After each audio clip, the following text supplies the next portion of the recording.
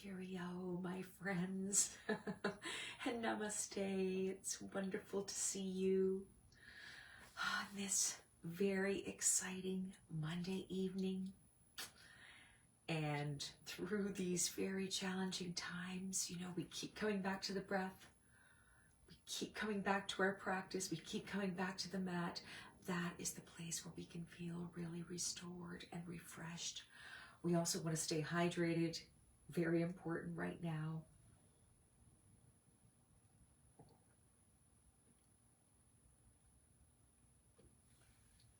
Really important for physical health in terms of keeping ourselves hydrated and working at their optimum capacity, and just helping all of the systems of the body wake up and do better, but also just, you know, very cleansing and healing in terms of releasing emotions as well, you know, keeping our tears flowing, you know, for all of the daily tragedies that are very hard to escape, and without going into deep down those situations here, really thinking about our practice as a place that we can retreat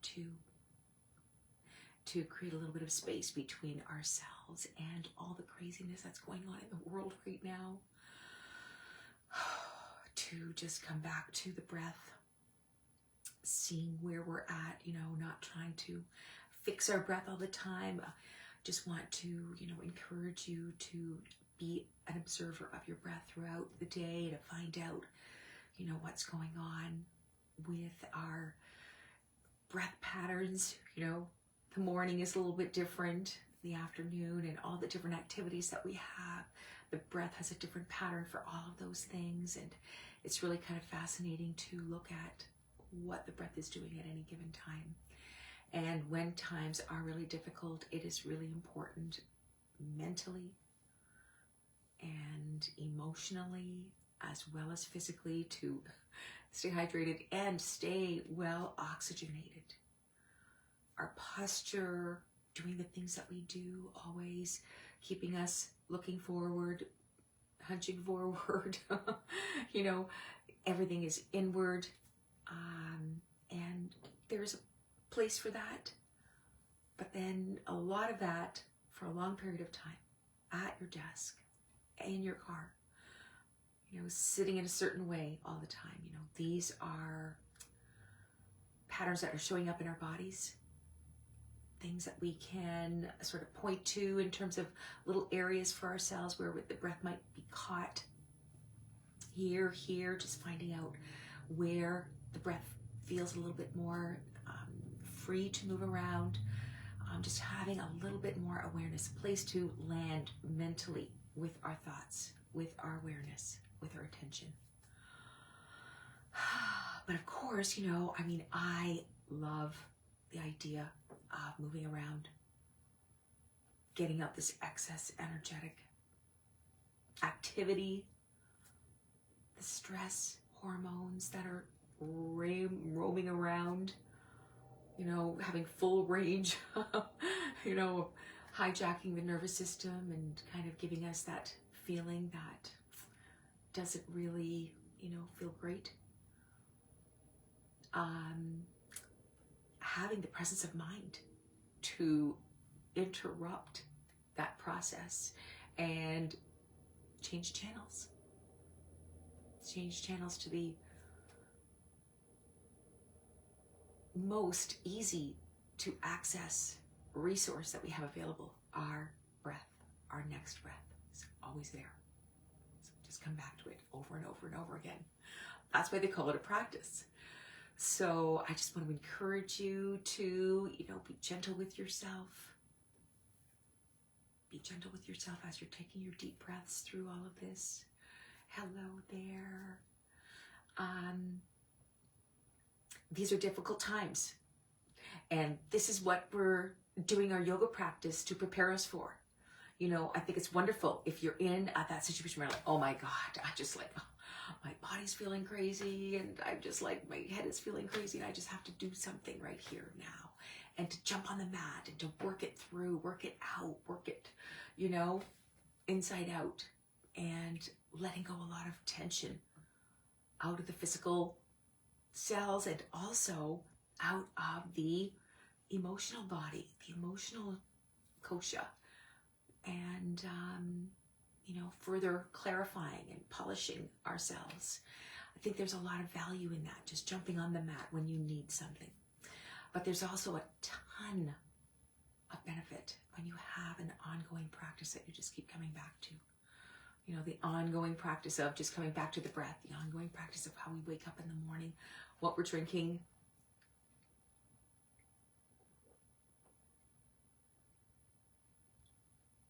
you know, and what we're filling our minds with, what we're speaking out into the day, you know, just having the discipline of being aware of what the mind is doing. And being aware of when healing yoga is on one television. Today we had so many amazing practices. Tomorrow, Wednesday, 6:30, 8:30, and then 1 p.m. A lot of amazing practices that are on through the week. PVR them, save them in a library for yourself so that you can just be, oh, my low back has been a little bit glitchy, so I think I'm going to do a little bit of low back with Deborah. Get on the mat and start to feel good right away. Start to feel good immediately just by watching the breath, doing some gentle moves, you know. And then the other part of it is that, you know, we do have some more challenging practices too. The sculpting, you know, the chalk yoga. I think chalk yoga's on this week. Oh my gosh, that's so hard and challenging. But, you know, just doing my best, and, you know, everybody just being able to kind of, you know, get out of their comfort zone a little bit without, you know, harming myself, I think was just a really great experience. And then, you know, the other practices that we have access to, you know, the other practices that we have access to, go to my website, deborahdivineyoga.com. You can go to YouTube and find things. The deep rest practice is the restorative practice that is so healing and helpful, especially through these times, you know, where we're using our breath as the anchor for our awareness through a long period of time. 8 different movements and poses that are sequenced in a beautiful symphony, harmony that creates a wonderful sense of refreshment. This idea that the scientists are calling non-sleep, deep rest in the yogic, you know, realm. You're talking about this place between sleepfulness and wakefulness, and just resting in that place activates our healing, puts our healing on supercharge turbo mode. So yeah, so you do that, Amanda. Amazing. Yeah, watching it later, that's a great idea to have it on standby there. And you know, it's kind of funny because I have had you know, a couple of interesting comments with viewers that are using the PVR and sharing it with their husband, and then they, you know, have arguments about who's got more content on there, and they're not going to dare allow their husband to take the healing yoga off there and make more room for wrestling or whatever it is. But yeah, that's a really wonderful technology that I think is so great. You know, staying off the phone and just, you know, watching something that is sort of a little bit further away from us. And I love the One Channel too, with their wonderful content, great shows that they've got, and you know, all of the different fitness shows that are on there as well are just amazing. And yeah, it's just you know, great to have so much content available. It's great to have so much content available. The deep rest practice, you know, can be done. You can take 2 hours and really go to town and get into a beautiful place of deep healing. If time is an issue, you know, you can choose 1 or 2 bits and put them together, you know, sort of like the idea of doing a side bend and a twist. I love that combination. You know, it really feels great. It's really great for the spine and all of our abdominal organs. So, you know, that's another resource that is available as well. yeah,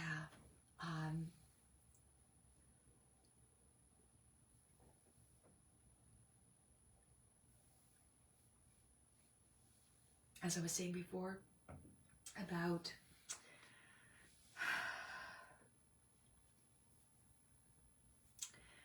keeping calm and carrying on. The belly dancing too, yeah, Amanda. They're amazing. But yeah, as I was saying, keeping calm and carrying on, I think that these joyful practices like the dancing, you know, that idea of moving our bodies in ways that is so healing and healthy, and the idea of self-acceptance of our bodies, just showing up the way we are and accepting ourselves the way we are and coming as we are without any reservations or nervousness, and just, you know, being joy, embodied joy, and having fun. There are so many amazing practices that, you know, right now we need to tap into a little bit of that aspect. If you can do laughter yoga, which is, you know, it sounds so ridiculous, like how can we be doing laughter yoga at a time like this? But this is when we need to be changing the chemistry of our body, our stress hormones, getting them under control so that we can experience a little bit more time in the healing part of our nervous system. And, you know, doing the laughter yoga sort of definitely has medical benefits, proven medical benefits. So just, you know, having an open mind to what kinds of yoga would bring you joy. The kinds of yoga that bring me my joy, of course, moving my spine,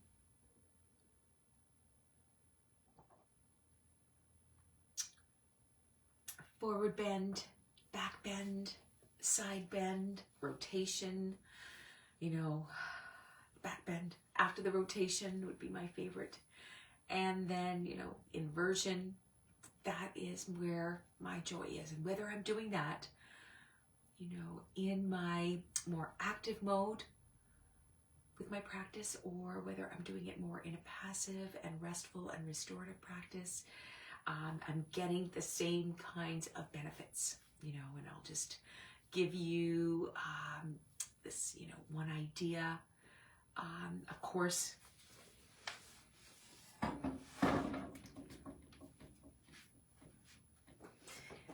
I love to be in standing pose mode, to feel grounded, to feel like, you know, there's a connection between my feet and what's underneath them, and I can feel, you know, where my weight is at. I can feel where my relationship is with gravity and the other parts of my body, the other planes of my body. And then, okay, so from there, you know, I'm taking a step down from maybe sitting at my desk, being involved in an uncomfortable thing that's unfolding, an email or something, and then just coming to grounding, right? And then from here, you know, maybe we can go places, right? Maybe we can go places right now. You know, for me right now, forward folds are an important part of my practice.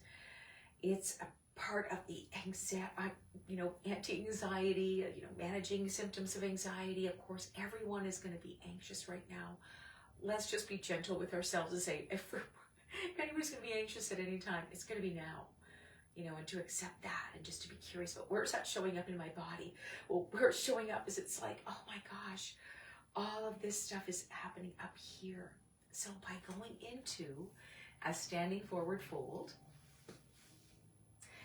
that is going to take my awareness down and inwards, right? Now, I want to, you know, be mindful of my hamstrings. I have not been super, you know, bendy with my hamstrings lately. And I want to be kind to myself. So maybe I'm going to use, you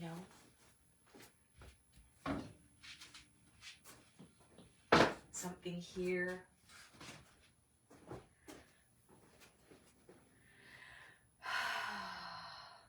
So this is Prasarita Padottanasana, wide-legged standing forward fold.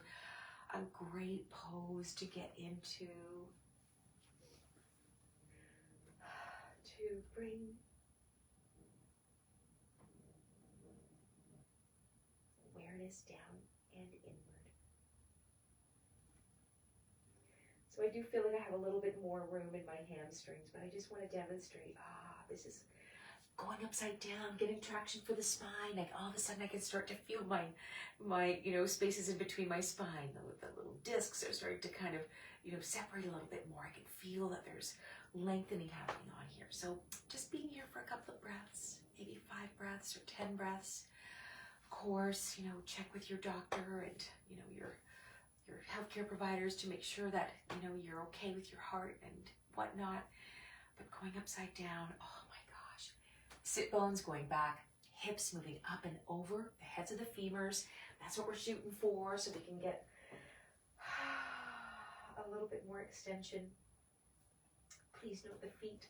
I'm trying to get my toes to point forward, making my outside edges of the feet be like 11s. Energizing the legs. I can bend one leg at a time and just see where my hamstrings can be. I feel a bit of a click in my left leg, so I'm just going to be taking it a little bit easy. This is so nice, right? Yeah, I can feel a whole band of tightness that was hanging out there is starting to let go. This is the beauty of kind of hanging out in the pose and just resting here. So coming up very slowly. It's really important when you've been upside down for a little while.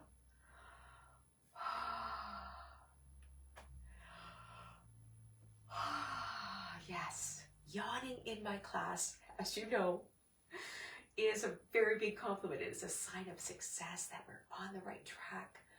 I'm going to encourage you 100% to yawn freely here. And don't stifle your yawns. It's a sign that the diaphragm is starting to let go. Wow, going upside down changes everything. It brings a lot more blood flow into the brain, but in a way that is helpful and kind of quieting on the mind. The baroreceptors that are around the neck kind of kick in to sort of make sure that we don't get too much blood in there. And when we come back up, that wonderful rush of prana, as the yogis would be calling it, fresh oxygen, fresh energy, fresh life force. That's what we're looking for after that one pose, A little bit of relief, That way I can go back into that little email chain and say, okay, how can I best put a solution together here or something like this. And yeah, I think, excuse me, I think that the more passive practices as well, and this is where I think we were going to be showing that it really is important to take into consideration how I'm feeling right now. Like maybe my knees are not the best. Maybe my ankles aren't doing that great. I don't know if you can hear my knees kind of popping and making sounds. I just want to be tender and gentle about approaching what I think my limitations might be. So right now I feel pretty good. Okay, I'm going to move into child's pose, taking the feet apart, allowing the belly to come up and over the heads of the femurs. So if that means actually taking our hands to the lower belly in a very loving way, feeling with friendliness just where the folds of tissue is, and then just lifting, and then taking the sit bones back. Maybe you want to just guide yourself with one hand and let the belly tissue, all the belly organs be lifted up and over. That is going to give us the ability to go long through the spine and move down. This might be a little bit too low for some, and we just solve that problem by taking a blanket, letting the forehead rest down there. There, nice child's pose. We have some other, further options that we could be playing around with. One of them is I love, taking my blanket in behind the knees and getting what, the chiropractors are calling gapping. So you get the gap going by taking the crease of the knees and stuffing it with the blanket. And then kind of coming back a little bit, I like to pull on the skin of the knees. And then you know what else? Taking another blanket and putting it into the groins. I'm feeling that going upside down after my delicious dinner probably isn't the best idea. But I wanted to give you a little bit of a visual to see, you know, the child's pose that you see on the cover of the Bendy magazine, you know, isn't the only child's pose that you can pursue. This kind of a child's pose where we're kind of supporting our knees, we're supporting, getting a little bit more space also into the hips. It's very comforting. It's very comforting. I really should not be pressing on my belly after I had that delicious dinner. So, excuse me, going into the child's pose, forward with the knees, you know, that might work for some of us. But then for others, you know, it's not going to be all right. It's not going to be all right. So let's see if we can do this.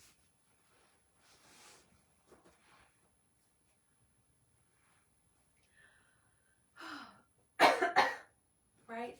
Constructive rest. Rocking. That is step one. Step two is the B variation, right? I'm going really fast, but just kind of giving you an idea of what's happening here. Both sides. Notice what's different on either side. Now, this is the part that, you know, I think is a really important point for us to get an inward rotation. So the C variation, you know, this is all right, this is all right, this is all right, but that's going to give you a lot of payback to spend time breathing light and spaciousness deep into here, breathing light and spaciousness into the spots that are really challenging us. Like maybe you can feel that deep up in here. Maybe you can feel that through the low back. You can identify, you know, what's being challenged here if you let the breath go in there and cook. So 5 breaths, 10 breaths, 15 breaths, 25 breaths. Find out how much time you can take in there. What's the maximum that you can take? And then come back and find out what happened.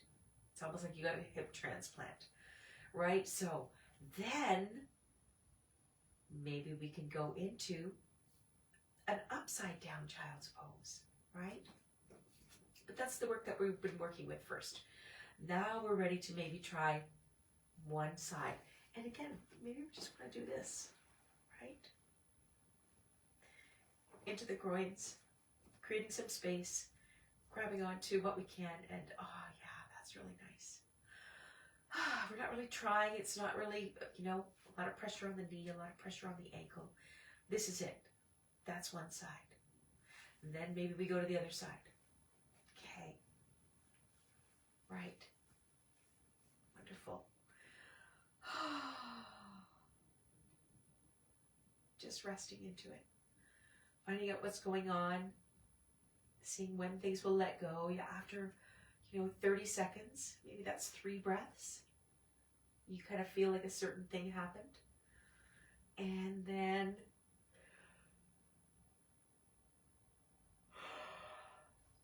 after 60 seconds, maybe another 3 breaths, then something else happens. And then after 90 seconds, wow, that's when things really get interesting. Like they are right now. So yeah, I can feel a lot of tension. This is my, quote, you know, troublesome hip, because I did have a little bit of an accident with that hip. Wow, 16 years ago. And to this day, I just feel a little bit of tenderness, which I have to say, I came back far from the original situation. And I'm so proud and happy that, you know, my yoga practice helped me every step of the way.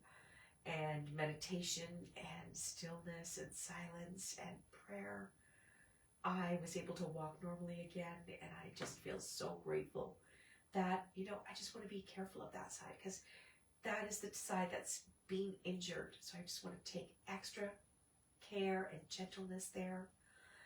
And then, okay. Wow, that was great, doing one leg at a time, right? Maybe you want to do both. Maybe you want to do both. And do what feels good. Maybe you want to be getting into a whole happy baby or a half happy baby. So that can be your version of the child's pose as well. So during these very difficult times, finding a way to decide, what do I need? What kind of healing do I need right now? Do I need something that's going to be a little bit more active? Going into my standing poses, and then,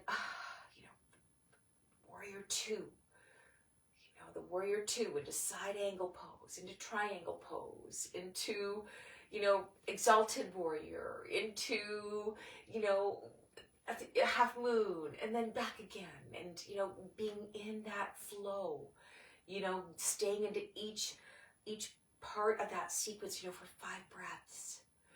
And then, another 5 breaths in the next part of the sequence, and then just coming out of that entire thing and then doing it on the other side, and then feeling completely transformed by that experience. Maybe that's what kind of healing I need, Maybe I just need a little bit of chair yoga. I'm going to be, wiggling my legs, one of my favorite parts of the chair yoga. That I think we're doing chair yoga this week on One TV. My favorite thing about the chair yoga, the Charleston. I absolutely love this part of the practice because it really pays off. You really do get a lot of circulation through the legs. My wonderful yoga buddies that are dealing with mobility challenges and, not really able to use their legs and hips the way that they'd like to be doing, and using self-massage and working with, the other things that are going on, just like thinking about how we're moving our femurs. That's also a part of all the other things that we do, standing, walking, even sitting. And this is part of circulation. It's also part of being grounded, part of being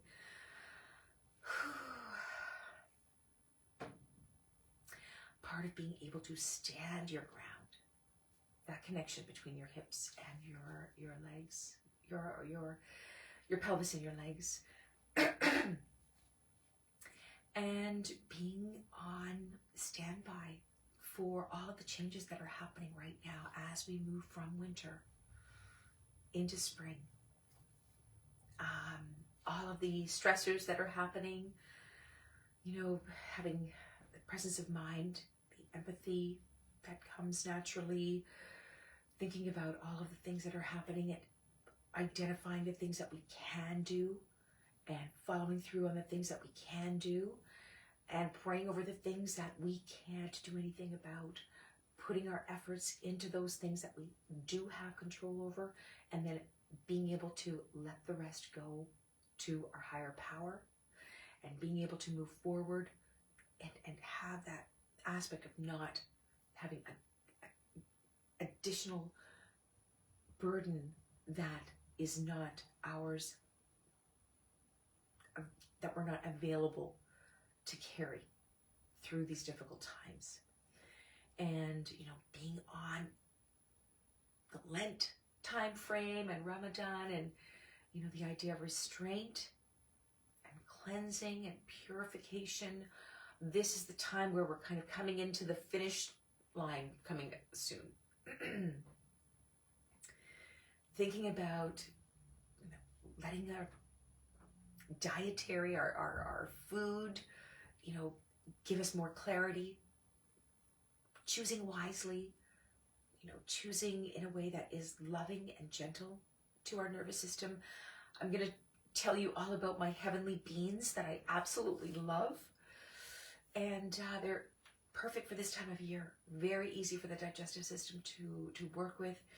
can be made into so many different recipes that are delicious, and they are, you know, so healing and healthy. They don't require other things in order to activate the protein and make things bioavailable. It is a pure food in and of itself. And, you know, thinking about these kinds of things, how can I incorporate a little bit more of that into my daily life? Like, am I going to give up brownies, or am I going to give up, you know, everything that I, you know, all my yummy little things? Maybe not. But, you know, maybe I could just, you know, put in some more good things, and especially, you know, just being aware of, you know, what we're consuming through food, what we're consuming through the media that we take in. And I certainly hope that the healing space that I'm trying to present to you, you know, that you find that comfort in some way, and that you find a way to be in the present moment through these difficult times, coming back to the mat, getting ourselves set up on our bolsters and, you know, the blankets and everything, and then just, you know, breathing in light and spaciousness into the areas that are calling for attention. What is the nature of what's happening? Like, you know, for me right now, it's my liver is heavy. I've been eating so many sweets because, you know, life has not been sweet enough, and I've noticed myself craving sweets. And so now my liver is really feeling sluggish and heavy. Like, this right side is really, oh, I don't like it. And I know what to do just to have more lemon water, just to, you know, lay off the sweet stuff and incorporate more bitters so that my palate can kind of have a different note to play other than just looking for sweets. So, you know, I got a playbook for that, but I know, like, okay, I want to be cautious about my twist. I want to be very gentle, and I want there to be a lot of space opening up with my side bends, you know, thinking about these other aspects. How can I be curious about what that also means? Like, are there emotions attached here? Is there discomfort that's showing up someplace in my hips or my low back? And are there emotions that are showing up? Is it anger that's coming up? Is it, you know, a feeling of lack of support, or, you know, whatever's showing up, just giving a name to it and then letting it go. You know, maybe we don't need to be writing all about it in our yoga journal for an hour and a half or whatever. Maybe we just identify it, and then it's like bubbles, ginger ale bubbles, and then we just let it go and let it release. And then we don't have to keep coming back to it over and over again. And maybe we can just feel complete when that happens, you know. And, you know, just having that sense of being called to bring awareness to the things that are sort of building up. What are the things that are kind of building up, you know, like my low back? Ever since I got into contact when I was riding my bike with a couple of vehicles, you know, the certain parts of my back talk to me at certain times, and then I can kind of feel like, wow, this does not seem like it's very happy right now, and I'm going to take care of that right away. And then I know I'm going to do stretching, child's pose, I'm going to go laterally, I'm going to do some twisting, I'm going to be doing some back bends, really, you know, encouraging you to think about doing back bends as we, you know, get more through into spring. Doing back bends from the earth, you know, I love Shalabhasana. Those are the kinds of things that I'm, you know, really think are helpful for right now through these difficult moments as we take the seasons into consideration. And coming back to the breath over and over again, moving light and spaciousness through the body, searching, putting on a miner's lamp and looking around all the little nooks and crannies and saying hi to those cells that we never speak to. Like, I think about underneath the rib cage in the back, you know, around the quadratus lumborum, like underneath there, and then up a little bit, you know, and then these other little nooks and crannies around the hips, the knees, you know, even the feet. You know, everybody's got their different things that happen at different times, and then, you know, you're kind of working through different scenarios and just having awareness of what is going on there. Interesting, you know. breathing light and spaciousness into discomfort, exhaling tension, exhaling holding, exhaling the electrical charge of those uncomfortable feelings, throwing down the name as well as you're exhaling down and out. Cleansing practices, getting ready to purify from the heaviness of winter. Thinking about all of the implications for the things that we've been planting over the winter time, and now the bulbs are coming to life. And looking at the beauty of the bulbs instead of looking at the messiness of the mud that's being created. Just focusing on the incredible beauty all around us. Getting outside, also very important. Getting outside to get fresh air. Too much media consumption means that, palming is the way to go. This gentle action of, kind of creating a little gentle vacuum as my palms, the outer edge of my palms, making contact in such a way that just feels so protected. And there's like a big buffer of softness around the eyes. Taking a couple of long, slow, smooth, and complete in and out breaths. Yes. And just knowing that, 30% of the blood that goes to the brain is going to the eyes. The eyes are so rich in tiny little blood vessels. So rich in the divine engineering design of the eye and how it works. Yeah, being here for a few moments, really helpful.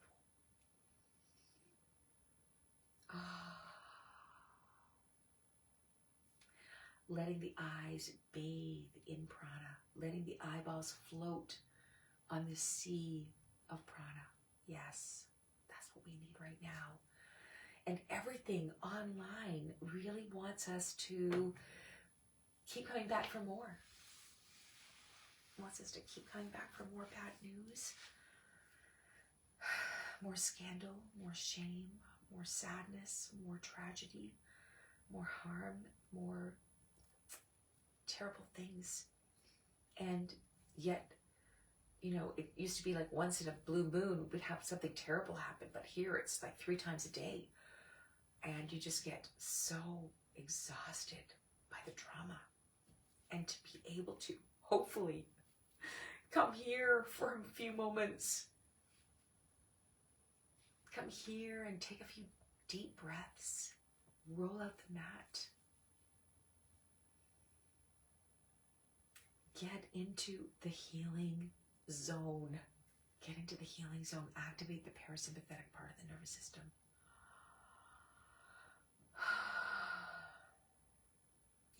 Once we get there, that's half the problem, right? That's half the problem. Then we can bring our best selves to solving the other half of the problem.